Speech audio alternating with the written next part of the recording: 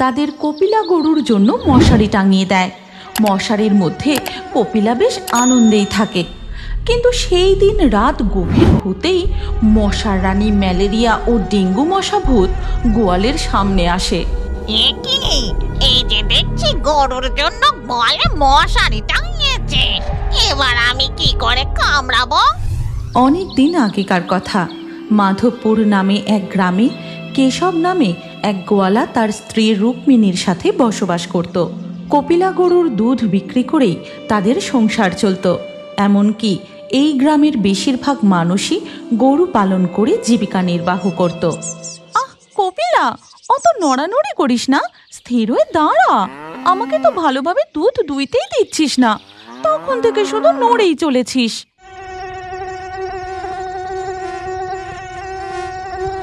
বেশ কিছু মশা উড়ে এসে কপিলা গরুর গায়ে বসে, আর তারা কামড় দিতেই কপিলা গরু নড়ানড়ি শুরু করে।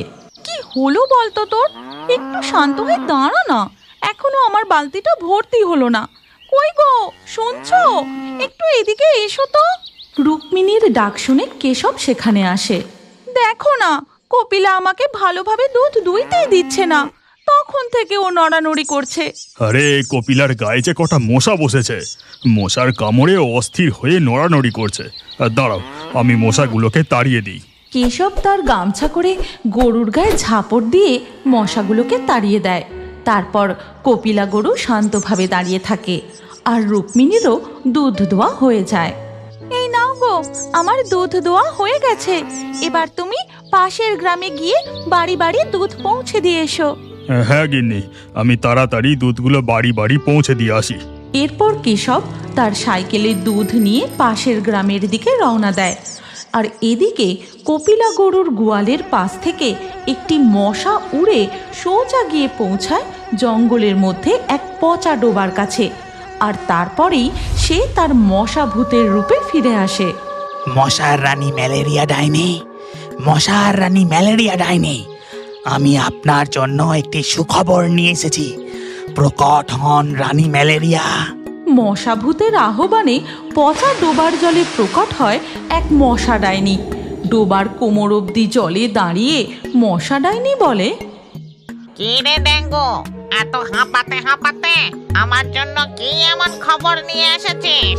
প্রণাম নেবেন মশার রানী ম্যালেরিয়া। এখান থেকে কয়েক ক্রস দূরে মাধবপুর নামে এক গোয়ালাদের গ্রাম আছে। সেখানে ঘরে ঘরে গরু।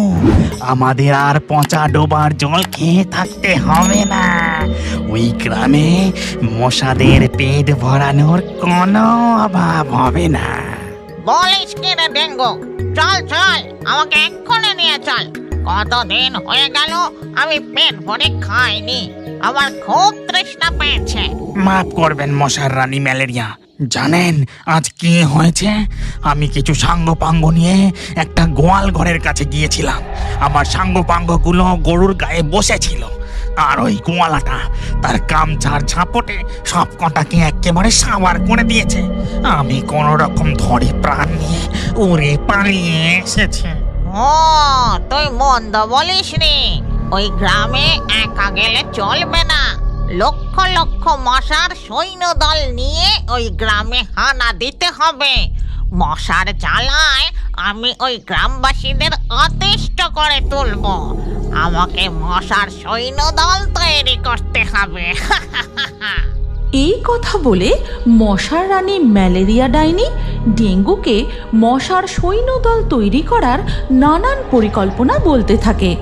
আমি আমার জাদু শক্তি দিয়ে কালো মেঘ প্রকট করে ওই গ্রামে পাঠাচ্ছি। বৃষ্টির পর যেখানে যেখানে জল জমবে সেখানে গিয়ে আমরা মশা ডাইনি জাদু করে মেঘ প্রকট করে। তারপর সেই মেঘ মাধবপুরে জমাট বেঁধে শুরু হয় মুষলধারে বৃষ্টি।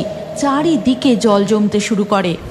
এই অসময়ে হঠাৎ কালো মেঘ জমাট বেঁধে মুষলধারে বৃষ্টি শুরু হলো যে? একটু আগেই তো দেখলাম আকাশ পরিষ্কার, সন্ধ্যাও হয়ে আসতে চললো, আমার স্বামীও যে এখনো ফিরলো না। রুক্মিণীর এই কথা শেষ হতে না হতেই কেশব ভিজতে ভিজতে সাইকেল নিয়ে বাড়ি ফিরে আসে। তারপর ঘরে ঢুকে বলে, হঠাৎ যে কোথা থেকে মেঘ এসে বৃষ্টি শুরু হলো কি জানি বাবা, আজকে পুরো ভিজেই গেলাম। ধুর ধুর। তুমি বরং ভিজে জামা কাপড় বদলে রান্নাঘরে এসো, আমরা খাওয়া দাওয়া করে নিই। হ্যাঁ, ঠিক আছে। বাইরে তখন বৃষ্টি ধীরে ধীরে থেমে যায়। এরপর গভীর রাতে গ্রামের সবাই যখন ঘুমিয়ে পড়ে, তখন ডেঙ্গু মশাভূত ও ম্যালেরিয়া মশা ডাইনি উড়তে উড়তে মাধবপুরে এসে উপস্থিত হয়। টেঙ্গো, তুই তো আমার জন্য ভালো খোঁজ নিয়ে এসেছিস। এই গ্রামে যে দেখছি ঘরে ঘরে গরু, আমি আমার লোভ আর সামলাতে পারছি না। মশার রানী ম্যালেরিয়া, আপনি এখন লোভ সংযত করুন, আমাদের আগে আসল কাজটা সারতে হবে। ধুর ধুর, তুই চুপ কর দেখি। ডোবার পচা জল খেয়ে খেয়ে আমার পেটে একেবারে চড়া পড়ে গেছে। চল আমরা ওই বাড়ির গোয়ালে ঢুকি। কিন্তু মশার রানী ম্যালেরিয়া, কোনো কিন্তু নয়, চল আমার সাথে। এই কথা বলে মশারানী ম্যালেরিয়া তার চেলা ডেঙ্গু মশাকে নিয়ে কেশবদের গোয়ালের কাছে গিয়ে উপস্থিত হয়। আহা, কি নাদুস গরু! এর গায়ে হুল ফুটিয়ে পেট একেবারে ভরিয়ে ফেলবো।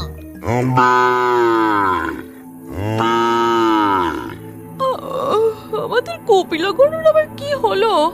এত রাতে এমন ডাকাডাকি শুরু করলো। ও কিছু না, মনে হয় ওর আবার খিদে পেয়েছে। আমি কাল সকালে উঠে ওকে পেট ভরে খেতে দেব। তুমি এখন ঘুমাও তো।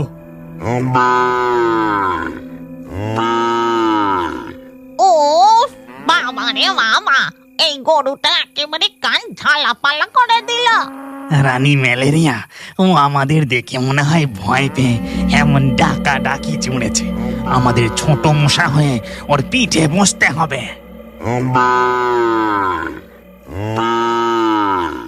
কই গো, তুমি একবার উঠে গিয়ে দেখো না কপিলা কেন এত ডাকাডাকি করছে। ওর খিদে পেলে দুটো খেতে দিয়ে এসো। হ্যাঁ হ্যাঁ, যাচ্ছি যাচ্ছি। কেশব উঠে তাদের ঘরের দরজা খুলতেই ওদিকে মশা ডাইনি ও মশা ভূত। রানী ম্যালেরিয়া, মনে হয় কেউ এই দিকেই আসছে।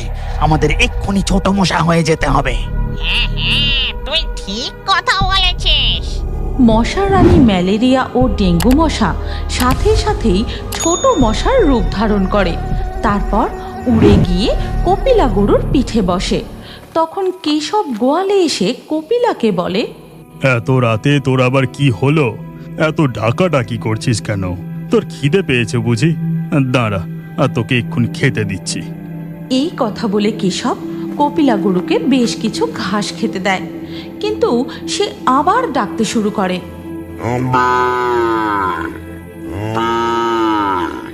আজ তোর কি হলো বল দেখি কপিলা? মাঝরাতে এমন করে তো কোনোদিনও ডাকাডাকি করিস না, দেখি তো ভালো করে। কেশব ভালো করে দেখতেই লক্ষ্য করে কপিলা গরুর গায়ে দুটো মশা বসে তাকে কামড়াচ্ছে। ও, এবার বুঝতে পেরেছি, হতচ্ছাড়া মশাগুলো তোকে জ্বালাতন করছে। দাঁড়া, দেখাচ্ছি মজা। এই কথা বলে কেশব তার গামছা নিয়ে কপিলার গায়ে এক ঝাপট মারে, আর সাথে সাথেই দুই মশা উড়ে সেখান থেকে পালিয়ে যায়।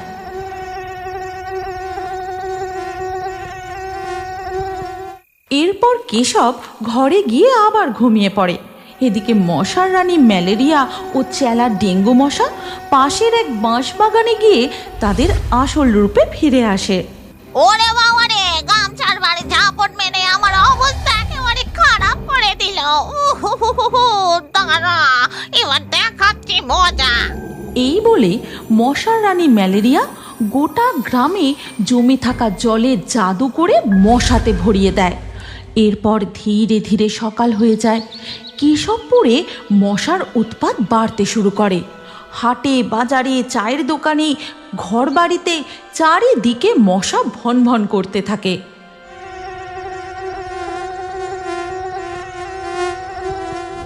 বাবারে বাবা, হঠাৎ এত মশার উৎপাত কিভাবে বাড়লো কি জানি। মশার কামড়ে ভনভনানিতে একেবারে অতিষ্ঠ করে তুলেছে। দেখো দেখো, মশাগুলো আমাদের গরুটাকেও ছাড়ছে না। ওর গায়ে কত মশা বসেছে দেখো একবার।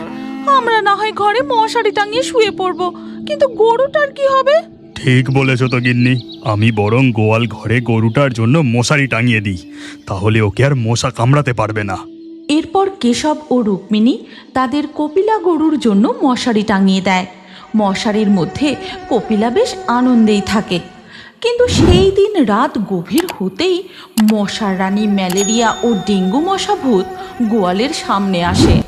এ কি, এই যে দেখছি গরুর জন্য বলে মশারি টাঙিয়েছে, এবার আমি কি করে কামড়াবো? ওই লোকটা তো খুব চালাক। আহা, আপনি চিন্তা করছেন কেন? চলুন অন্য গোয়ালে যাই। মশা ডাইনি ও ডেঙ্গু মশা উড়ে অন্য গোয়ালে চলে যায়। তারপর তারা ছোট মশার রূপ ধারণ করে গরুর উপর বসে।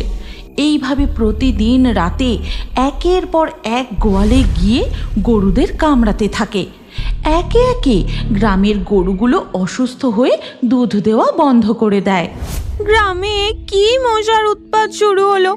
একে একে সবার গরু অসুস্থ হয়ে পড়ছে। আমাদের গরুটাও দুধ দেয়া বন্ধ করে দিল। এবার সংসার চলবে কি করে? পাশের বাড়ির লতার কান্নাকাটি শুনে রুক্মিণী ও কেশব ছুটে যায়। মন খারাপ করো না লতা, তুমিও বরং আমাদের মতো গোয়াল ঘরে মশারি টাঙিয়ে দাও, তাহলে দেখবে আর একটাও মশা কামড়াবে না। শুধু মশারি টাঙালেই হবে না গিন্নি, আমাদের আরও সচেতন হওয়া উচিত। বাড়ির আশেপাশে জমা জল ঢাকা দিয়ে রাখতে হবে, নর্দমা সবসময় পরিষ্কার রাখতে হবে, পুকুর ঘাট ডোবার জল নোংরা করলে চলবে না, তাহলে এই মশারা আর বাড়তে পারবে না। বন্ধুরা, তোমরা যদি ডাইনি মশা ও মশা ভূতের পরবর্তী গল্প দেখতে চাও, তাহলে এক্ষুনি ফেয়ারি টোনস চ্যানেলটি সাবস্ক্রাইব করে কমেন্টে নেক্সট পার্ট অবশ্যই লিখো। তুমি কি জানো, তোমার নামও আমাদের কার্টুন ভিডিওর মধ্যে থাকতে পারে?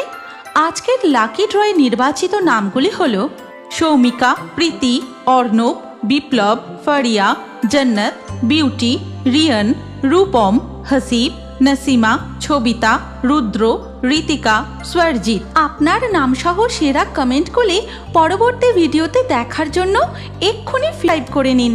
তারপর আপনার নাম কমেন্টে লিখে দিন। আর স্ক্রিনের উপরে আসা এই পরবর্তী ভিডিওতেও ক্লিক করে ওই ভিডিওতেও আপনার নাম লিখে দিন। আপনার নাম আমাদের কার্টুন ভিডিওতে অবশ্যই দেখতে পাবেন।